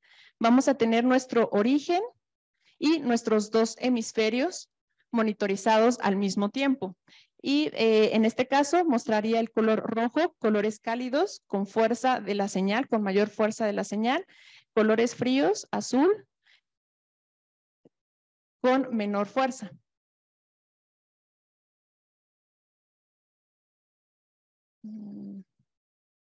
Voy a regresar un par de diapositivas porque faltaron estos valores interesantes que tenemos por aquí abajo. Vamos a tener algunos valores, como lo comentaba la doctora, la parte de electromiografía, perdón. Vamos a poder visualizar en forma de porcentaje. La tendencia es el movimiento de los músculos que se encuentran cercanos al sensor. Si se empiezan a activar, ese valor va a comenzar a modificarse. También tenemos la parte del artefacto, los que les comentaba de pues interferencia por algún otro equipo. También lo vamos a poder visualizar en esta parte. Este valor va a comenzar a incrementarse. Y también tenemos dos valores que son importantes y son una forma de visualizar de forma más rápida y más sencilla en qué ondas o en qué estado se encuentra mi paciente. Estos valores nos dan el 95% de la fuerza de las ondas, bajo qué frecuencia se encuentran en ese momento en el paciente. Es decir, aquí yo tengo, va a ser L de izquierda y R de derecha. Por ejemplo, aquí tengo un 16, me está diciendo que el 95% de la intensidad de las ondas que yo tengo en ese momento en mi paciente está rondando en los 16 Hz. Y del lado derecho en los 13 Hz. Este valor es continuo, va a cambiar bastante durante el tiempo porque va monitorizándolo segundo a segundo. Bueno, 1.2 segundos también va a ser el retraso de nuestra señal durante la visualización del espectrograma. En la parte del eje no hay retraso, es en tiempo real. Y la parte del PCI es la parte que más tiene retraso. Estamos hablando de 30 segundos aproximadamente.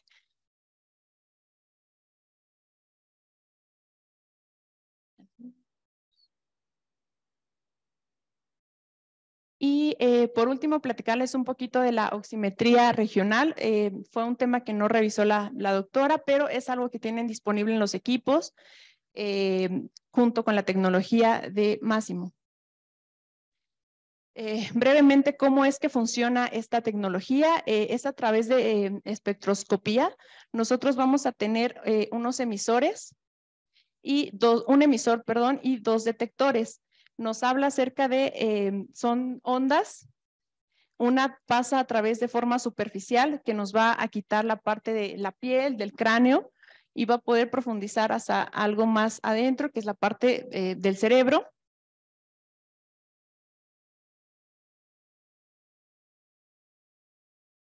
¿Qué es lo que nosotros vamos a utilizar?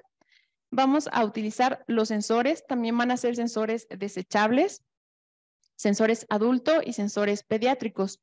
¿Qué es la diferencia entre cada uno de ellos? Únicamente es el tamaño. Si tuviéramos un paciente adulto que tenga la frente muy pequeña, sin problema podemos utilizar el pediátrico o viceversa. Es la única diferencia en que radica el tamaño.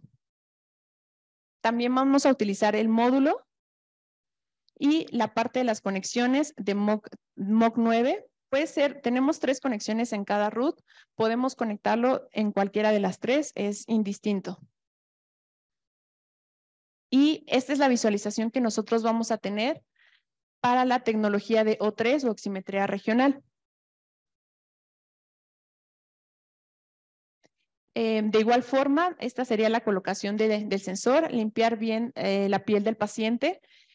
Físicamente están diseñados nuestros sensores para poder conectarlos al mismo tiempo, la parte de tecnología de SedLine y O3. Y nosotros contamos con etiquetas. Tenemos un módulo con 2 entradas, pero podemos utilizar un sensor o los 2 sensores. La indicación de tener los 2 sensores es porque pues es la medición de la parte del cerebro de los 2 hemisferios. Vamos a poder colocar etiquetas, va a ser en la parte de la cabeza y la parte somática. Vamos a tener izquierda, por convención siempre en el módulo va a tener unos números, un número 1 y un número 2. Por convención, el número 1 siempre va a ser izquierda y el número 2 derecha, pero en las etiquetas, aquí en esta parte, nosotros lo podemos modificar si es su elección. Se recomienda siempre conectar los sensores y verificar para evitar algún intercambio no intencionado de estoy monitorizando el izquierdo y puse al revés el sensor. Es importante verificarlo. Y también para la parte somática tenemos estas opciones de monitorización. ¿Qué es el único hecho? Son etiquetas que van a aparecer en nuestro equipo root.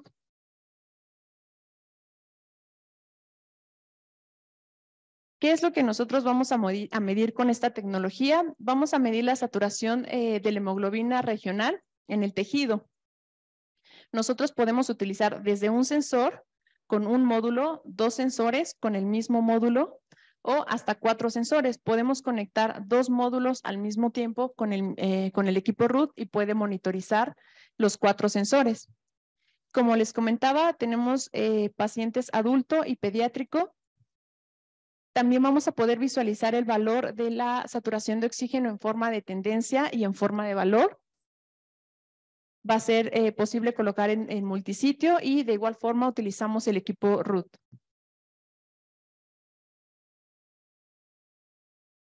Esto es lo que nosotros visualizaríamos durante la monitorización. Este es el valor que está midiendo en ese momento y tenemos algunas opciones disponibles. ¿Cuál es la indicación o cuál es la recomendación que nosotros hacemos? Cuando nosotros ingresamos a un paciente a quirófano, vamos a tener un valor y conectamos nuestros sensores, vamos a tener cierto valor de oxigenación en ese momento. Esperaríamos que durante toda la cirugía el objetivo sería mantener ese nivel de oxigenación a pesar de la posición de la mesa, a pesar de la cirugía que ustedes estén o que el cirujano esté realizando.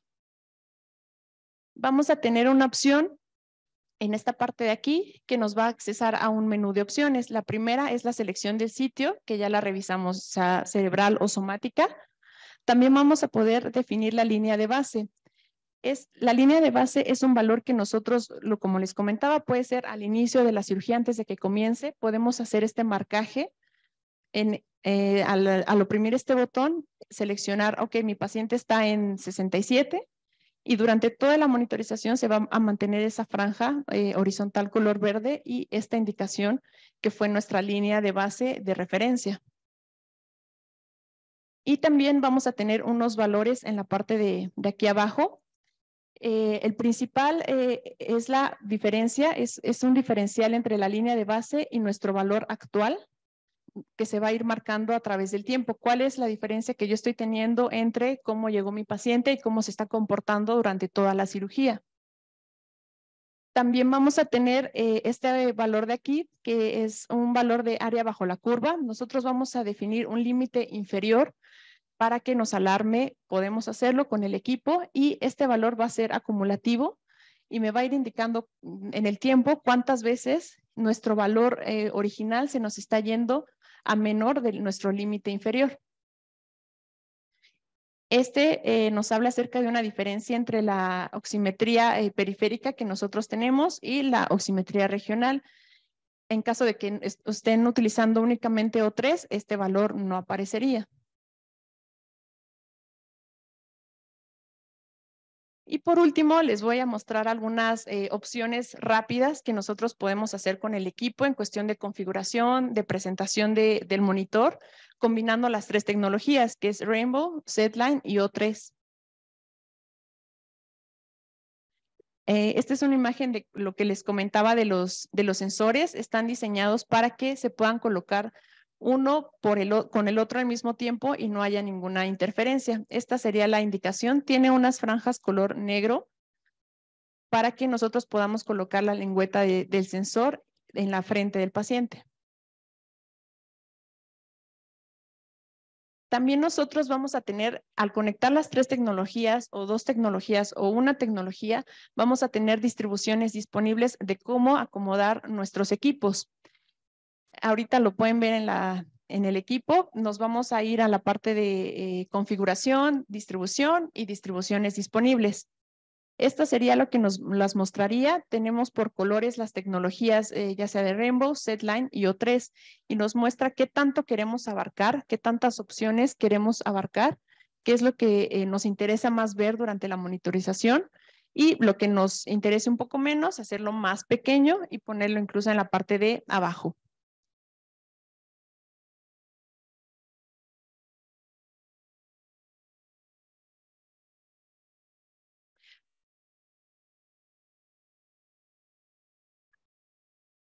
También tenemos otra opciones interesante de adquisición de información del equipo root.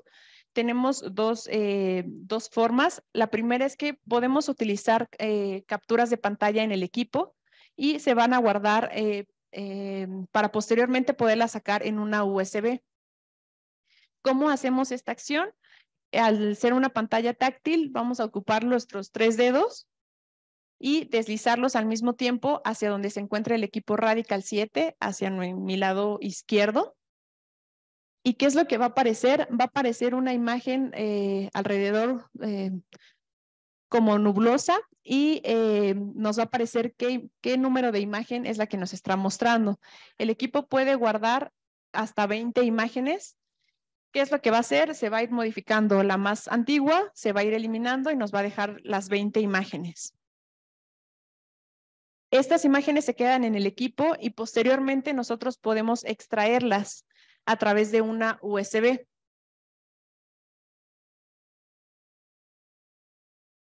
Las entradas USB se encuentran en la parte de atrás del equipo.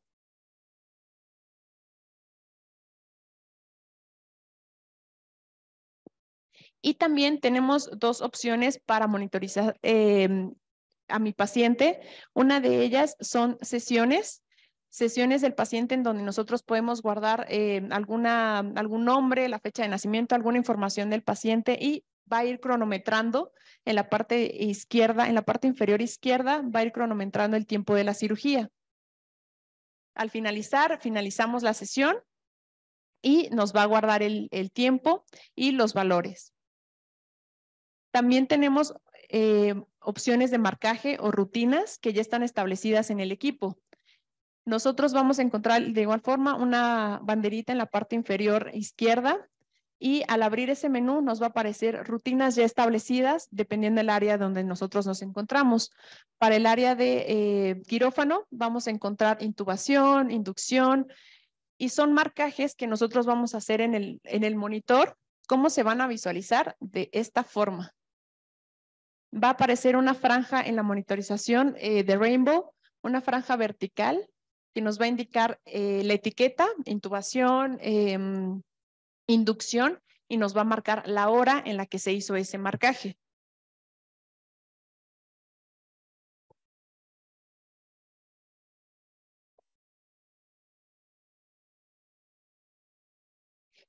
Y por último, dejé unas pequeñas tablas acerca de los posibles problemas que ustedes pudieran tener durante la monitorización, algún problema con el sensor, problemas de encendido.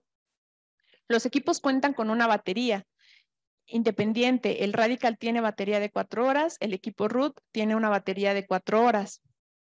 Sin embargo, durante el uso, ese tiempo de vida se va a ir acortando debido al uso en la parte del quirófano. Probablemente ya no rinda las 4 horas o incluso necesite ya estar conectado todo el tiempo y por eso no puede encender sin estar a la luz.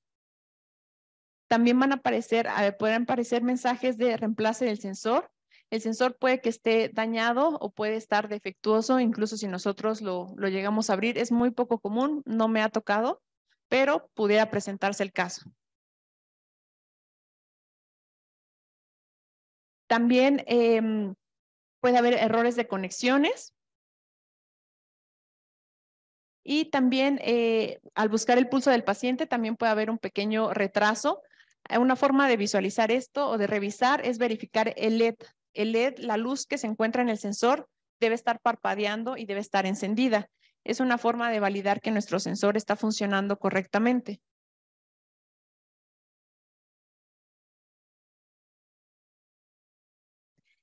Estas son solución de problemas para la parte del módulo de O3 acerca de desconexión,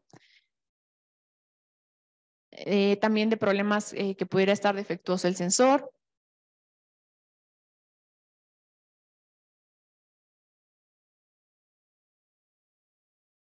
Y eso sería todo de mi parte. No sé si tengan alguna duda, alguna pregunta. Ya están mis compañeros ahorita con ustedes. Y de igual forma, alguna duda, algún estudio clínico que quisieran revisar de lo que vio la doctora, alguna guía rápida, cualquier cosa, acompañamiento en quirófano, más a detalle, revisarlo ya con paciente en vivo y en real. Pueden escanear el QR y obtener información con mi compañero. Muchas gracias.